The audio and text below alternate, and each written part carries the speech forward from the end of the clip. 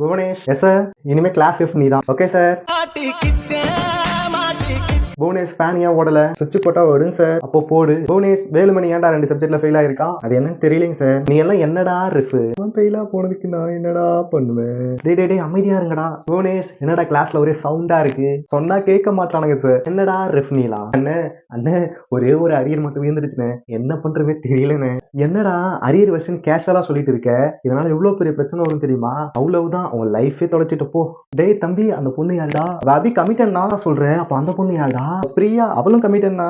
எல்லாரையுமே கமிட்டட்னு சொல்றேன். எல்லாம் ஸ்கூல்ல கமிட்டட் ஆயிராங்கண்ணா. சீனியர் நாங்களாம் என்னடா பண்றது? போய் உங்க செட்ல பாருங்கண்ணா. நல்லா இருந்தா நான் ஏன்டா இங்க வரேன்? தம்பி பைத்தான் புக் வச்சிருக்கியாடா? நாளைக்கு எங்களுக்கு தானே பைத்தான் எக்ஸாம் இருக்கு. எனக்கும் அரியர் இருக்குடா.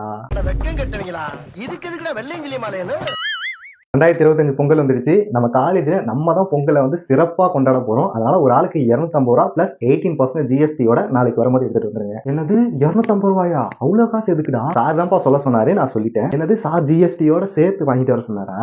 வீட்டுல காலேஜ் ஃபீஸே கட்ட முடியும்னு மாடு மேய்க்க சொல்றாங்க. இப்ப பொங்கலுக்கு எல்லாம் காசு கேட்டேன்னு வச்சுக்கி ஒரிஜினலாவே மாடு மேய்க்க விட்டுருவாங்கடா.